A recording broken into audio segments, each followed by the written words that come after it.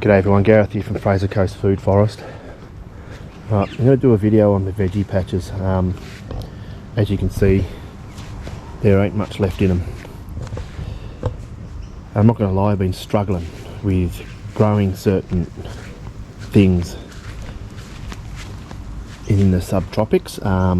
It's not quite the same as growing vegetables in Melbourne, that's for sure. I find that they just don't withstand the heat and humidity, so I'm looking at other types of vegetables I can grow which are more suited to the subtropics. So as you can see, this used to be where I used to grow the corn. It's now going to be a full-time asparagus bed in here. I'll still grow things like beetroot. We're going to harvest these. They're ready to be harvested, and I'll start preserving these. Things like snow peas I find look fantastic for the first few fruit, and then they all just start to wilt, start to go brown, and you really don't get any good harvest from it. But things like onions, carrots, they all seem to grow pretty well. But I'm going to try and grow more permanent things in the beds, like your asparagus. I might try and get my hands on some yacon. And this particular bed here, I've now pulled everything out, and I've started to put some peanuts in. Started to put some peanuts in here. I'll probably get a couple more and grow peanuts in this bed,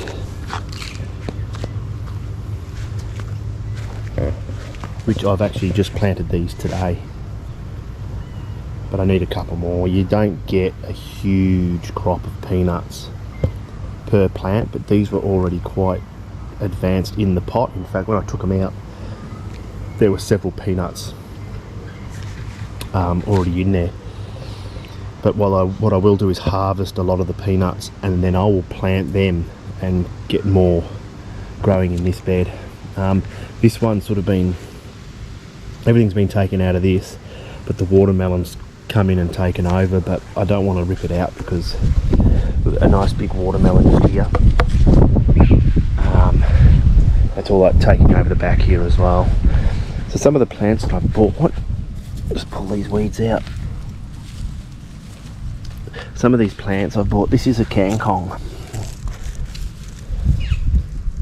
which should be more suited.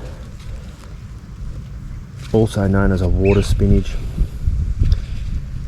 and it's a tropical variety. So this is something I'm going to put in here. I've never eaten it before, but if it's any good, I will continue to grow this. I'll grow some more onions as well, because for those of you who follow me on Instagram, probably know about the accident I had with my pickled onions in the kitchen. Lost a lot of them. My fault, I missed the bench top. Never mind. I've got a few more watermelon here. These particular variety are the Sugar Baby.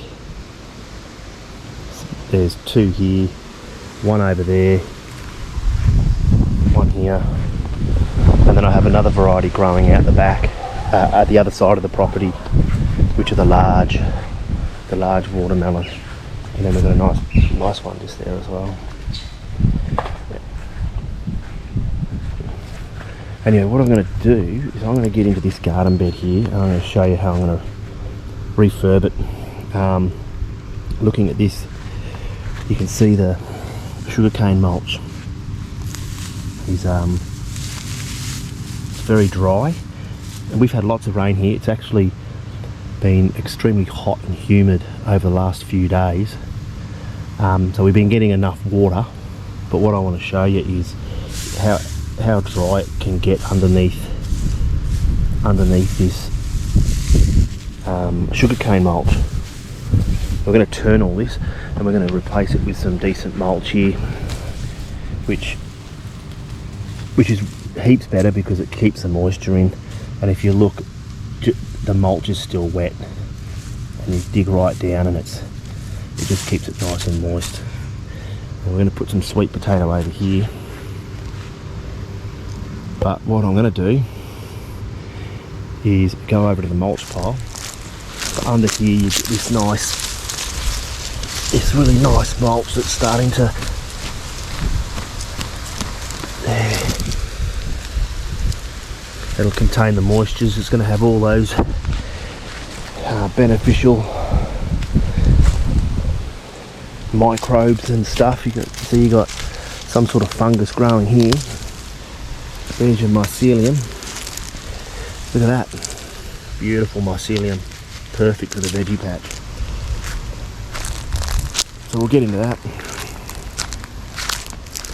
I'll go grab my fork and my wheelbarrow. The first thing, I'll show you how I will refurb my veggie garden. We'll start off by just turning all of that sugarcane mulch and where the soil and compost has settled, just to sort of aerate it a bit and loosen it all up. Right, we're just going to,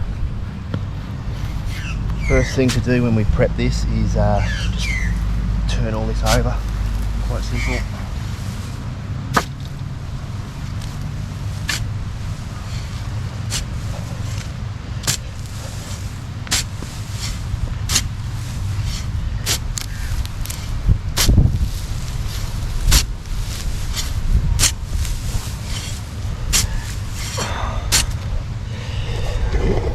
See how I've literally just broken it up a bit. We'll mix all this sugarcane mulch in with it as well, and then we'll apply some fresh mulch to it. I don't want to go too close to my chilli though, so I'm going to leave this area here so I don't disturb the roots. Here we've just tilled that, made it nice and loose. Now I want to put some blood and bone in here, along with some chicken manure. And apart from that, only other thing is mulch that I'm going to use. So we'll get into that and we'll put some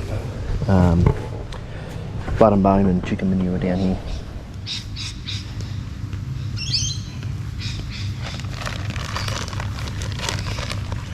Let's get a few handfuls of blood and bone.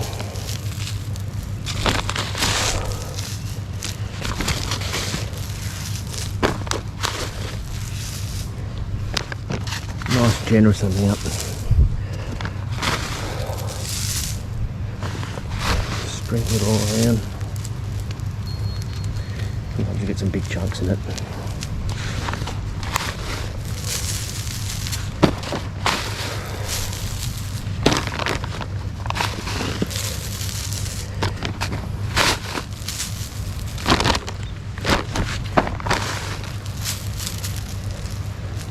Get up! Bloody dog eats it. Alright, we'll go get the chicken pellets. That's the chicken manure I use, organic chicken manure, called Rooster Booster. We're going to chuck a few handfuls of this on as well.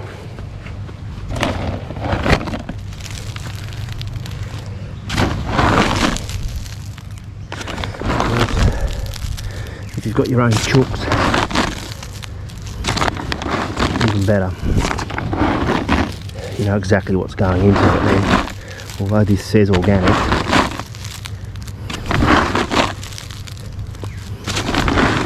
you've got to think sometimes, is it really truly organic? Who knows what the chickens have eaten? There's always variance.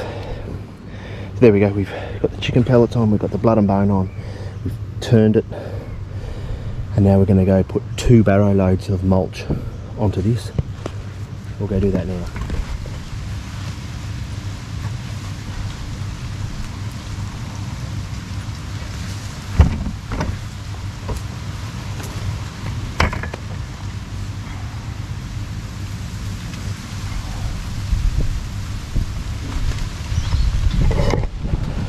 I'll just quickly show you the amount of mycelium growing in my mulch pile. Look at that. This is the key. This is the key to healthy growing and ensuring your plants grow really well, whether it's fruit, veg, doesn't matter what plant. And this is just loaded with it. This is a whole clump of mycelium right here. Look at that. Look at that. Wow. That's the key right there for growing. Camera overheated again.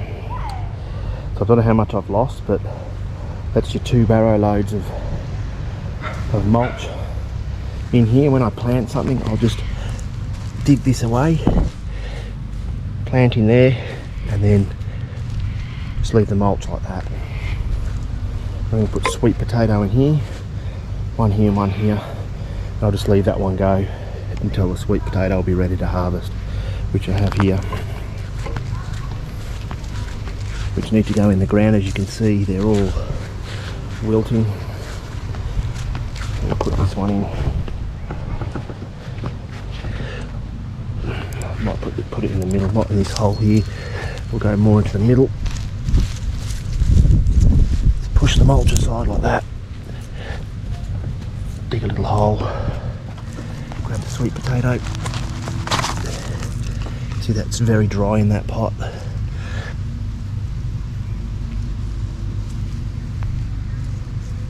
Put that in there. Roll some of this mulch back. There we have one in there.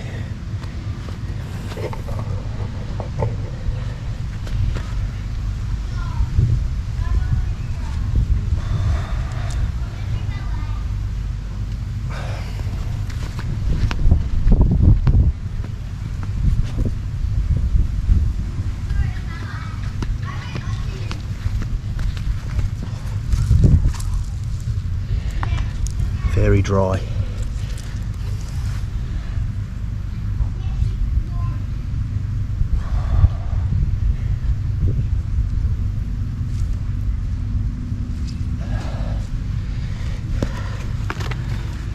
Then we're going to water this in a lot. I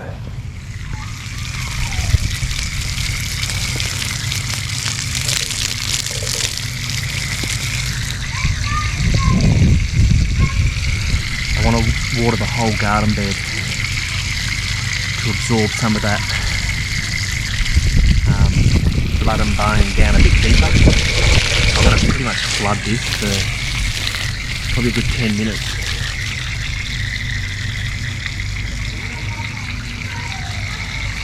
I won't bore you. 10 minutes of watering though. And there we go. Watered in. Sweet potato. And a chilli. This is the habanero chilli. This is.